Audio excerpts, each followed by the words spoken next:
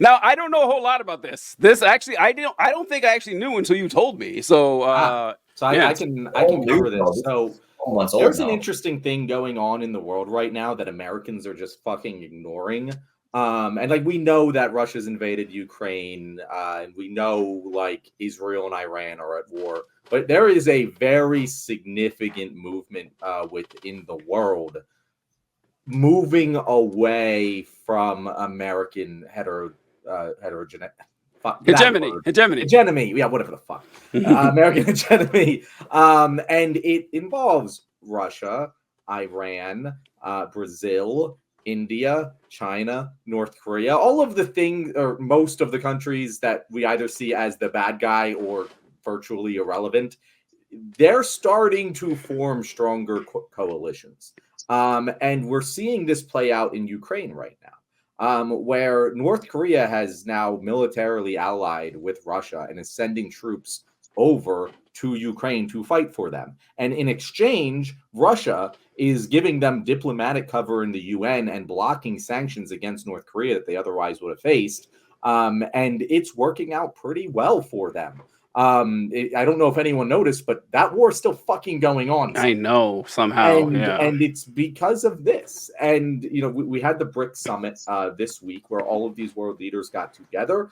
India and China made a lot of progress in nullifying border disputes that they've had for decades. These countries that aren't in the American, Western European hegemony. I cannot say the word, TJ. Hegemony. The powers that be structure that we have are actually making some progress. And I don't want to come and say, hey, there's good guys and bad guys here. There are good people and bad people and gray people in every part of this situation. But it should be a concern to America as a country, whether you view us as the good guys or the bad guys, that these countries are kind of teaming up, because for decades it's been, we just kind of say how things go and things go that way. And other countries in the world are now kind of starting to come together and fight that notion. And again, that there's not a moral statement being made there, but it's probably the most important thing that's going on right now. It's one of those things that, you know, if it doesn't work, we'll forget about it. But if it does work, you know, history textbooks will teach our grandkids about it, you know. And it's a very interesting story. And you said, TJ, that you hadn't heard much about it.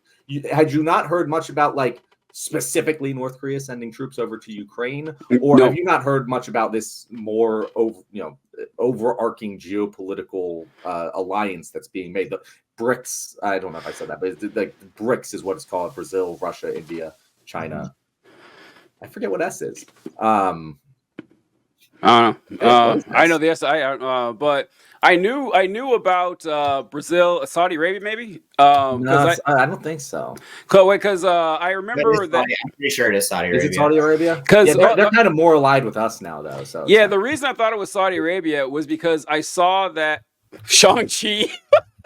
Ben said it was Shang-Chi. That's funny. I'm sorry, but was that I knew that Brazil and Russia and I guess China were trying to come up with a currency to rival the petrodollar. I remember seeing something about that. That's the only reason I guess Saudi Arabia. And for those of you who don't know that the petrodollar, the petrodollar is right now, if you want to buy oil from OPEC, you have to use US dollars. It's one of the things that strengthens our economy the most. And so I had heard about that, but I had not heard that North Korea was sending troops to the border with Ukraine, with Russia. And honestly, it surprised me because, look, I got to be honest here. How good do you think North Korean soldiers actually are? I'm just going to point North Korea hasn't fought a war in 75 years. The last time they fought a war, that army's not going to be shit. And plus, all their equipment is ancient Soviet equipment anyway, and it's one of the poorest nations. I mean, a body is a body, I guess, but I was surprised to hear that for several reasons. But I don't know. We'll see what happens. Hey, you heard about it, Off Jawagon? Before you go, I have to say, Ben is correct. It's South Africa. South Africa? Okay, all right, cool. Yeah. And it was originally BRIC, and then South Africa joined, and it became BRIC. Jesus, South Africa? Oh, that seems strange. They've expanded since then, though. They're up okay. Yeah, but anyway, go ahead. No, it's old news a little bit. Like this happened months ago when I had no idea. North Korea sent the troops over to Russia, and they're like, it's like a training alliance thing. I don't think North Korean troops are actually like fighting, but it makes total sense. Again, no, they are now. They are fighting in Ukraine now. Oh, are they actually? At least fighting? According to Ukraine, they are. And according to multiple sources, they're denying it. I knew that they were being sent over to Russia as like part of this new like little agreement thing that they had and whatever. And they were saying it was going to be a training exercise, kind of like before Russia invaded Ukraine. It was going to be just a training exercise on the border type bullshit. Whether they're fighting or not is irrelevant. It makes perfect sense. North Korea is desperate for allies, right? Like they sort of have China. They sort of kind of have Iran, but they don't really have any true allies. Russia is in a desperate position for a whole bunch of reasons. And then you said North Korea hasn't fought a war in 70 plus years. This is the perfect time to send 3,000 as a microcosm of their force, right? You send those people over there to start learning real world battle tactics and how those are applied. It's what Russia's been doing in Syria for years. Obviously, they didn't take very good notes because they're fucking horrible. That's what they've been doing. That's the whole reason that Russia and we were in Syria. It was old Cold War shit where we're showing off our hardware and learning modern battle tactics adjacent to, our near peer or our peer adversaries. And this is what I would assume North Korea is trying to do at the moment, is get some real world on the ground experience in a real conflict without the repercussions of starting a war. And they're also the other important thing there is the diplomatic aspect of this, where Russia is now covering for them in the UN, which, by the way, veto power in the UN. We've done a lot of dumb things in human history. Don't get me wrong. A lot of just blatantly dumb things. But who the fuck thought that was a good idea? It infuriates me. It's the whole purpose of the UN. It's America's show. Love it or leave it is what the veto power thing has come to be now. And I don't understand. It's really dumb. It's like, what's the point? Like, what is the point if you're going to give the nuclear superpowers veto power? But either way, no, it is. And Ben asked a good question here. Do you think they could get Chinese soldiers? So, like, the China of it all is really the important thing, because Russia isn't a scary force, as you alluded to. They're struggling to beat Ukraine, which, like, come on, bro. Real chump shit, Russia. Come on. Real chump shit. Come on, you gotta. If anything, this war has shown just how little fear. They're losing to a 7 seed right now. It's sad. I'm genuinely surprised that none of Putin's like adjacent oligarchs have put some lead in his skull at this point and moved on from this, because he's clearly lost the plot and has gone. Like he's hanging on to something that he has no way out of now, and they don't want nuclear war. Like the people around him don't want that. That's not good for their bottom line, and that's really all. And the fact that nobody has JFK'd him at this point is beyond me. I don't understand. Well, I think Putin's just kind of good at his job. like as a former Soviet spy, I think he's just like a little bit better at assassinations than everyone else around him. Like, that would be my guess, honestly, because you're right. It does seem to be, but also, like, I don't know, like. I'm sorry, John. I'm just thinking. Pot committed at this point. Putin is good at this. He walks into a room. He's like, I know an assassination plot. When I see one, I'm heading out, folks. I'm not going to be back. I can just see him doing that. Yes. I'm sure he has a whole fucking Secret Service spy network, like counterintelligence, like that. I think that's the simplest Occam's razor explanation. Is he's just good at not getting assassinated. He's been doing this shit for decades. I saw a picture. I saw a picture. It was from like 95 or something, and it showed Brezhnev retiring and handing it off to Putin. I was like, Putin has been in power since the fucking 90s. I forgot about that he's been around forever. So yeah, he clearly knows how how to keep Donald Trump wasn't even on television yet. Yeah, wild. Yeah, he knows how to stay alive. Got credit where credit's due, but yeah, not going out on top with embarrassing himself with the whole Ukraine thing. Well, with China, would you guys I haven't really thought about this, but what does Russia have to offer to China? Like, why would China's like, what do we got? And so North Korea would have from a good relationship with the U.S. And that's why I always say, like, China would, like, if China decided, like, if there was a war over Taiwan or whatever, like, that would be a scary war. That's the only war that would actually be scary for the United States of America.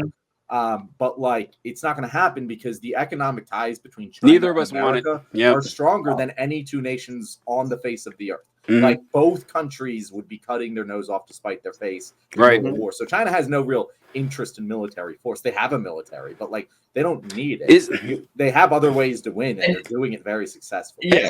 Oh, go ahead. Oh no, it's a great point. Everybody's afraid of China, and like China's economic foundation is on the United States' shoulders. And like, if we wanted to fuck them over, we would pull the economic rug out from under them. But obviously, that would fuck us as well. And that's why it's such a weird dichotomy, because on an ideological and political level, we don't get along. We are enemies. Yeah, we're like truly enemies. But then on an economic level, like, if either of us want to survive, we need each other. They literally peg their currency to the U.S. dollar.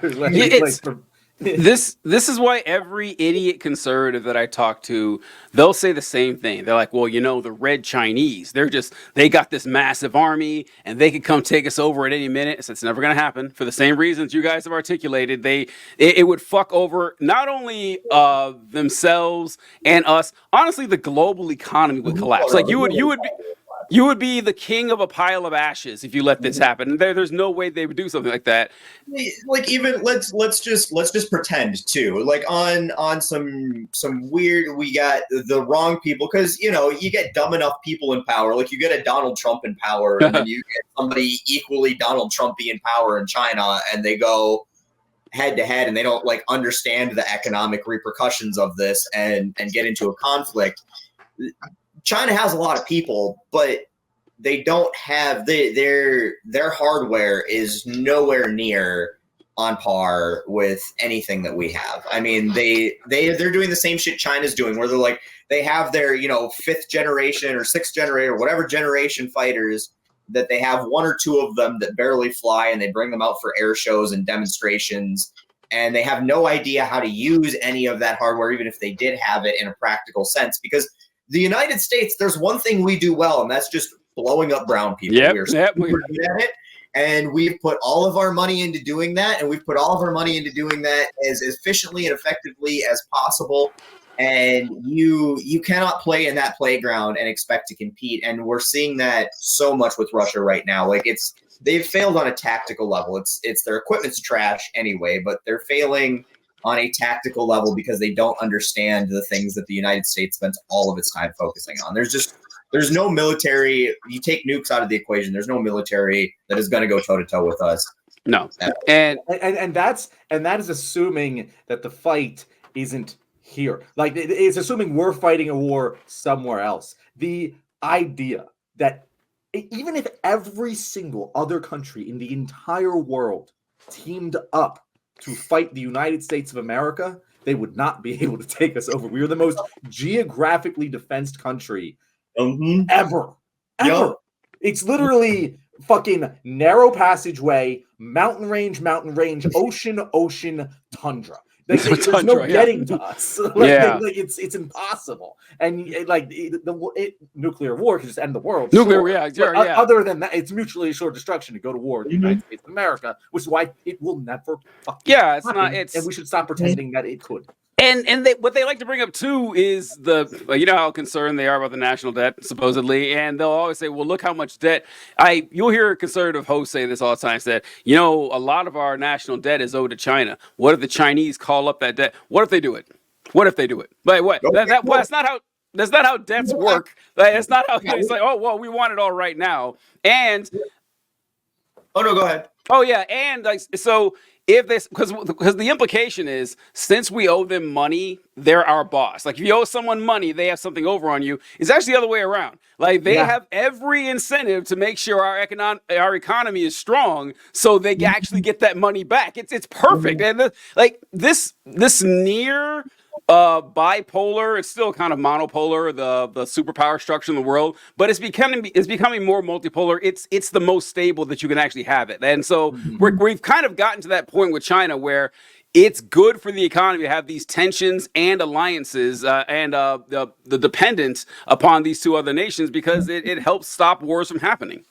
Yeah, and to that point too, which China doesn't own nearly as much U.S. debt as people think it does. Like the majority of the United States debt is owned by the United States. It's us. Yeah. We own all of the debt. It's a fraction. I don't know. I don't have it pulled up right now, but I know for a fact the largest U.S. debt is owned by American citizens and American companies. But let's pretend that China does own some substantial amount of U.S. debt and decides to call it in. Like that's a thing they could do, which they can't. But they're like, yeah, we want this paid right now. There's two things we can do. We just be like, no. Like we could literally just say no, and there's nothing they can do about it. Or we can say okay, and we print a bunch of money and devalue the shit out of the dollar, which would suck. Yeah. But then that would also make all of the debt they called in worthless, or it would devalue worth a lot less. Yeah.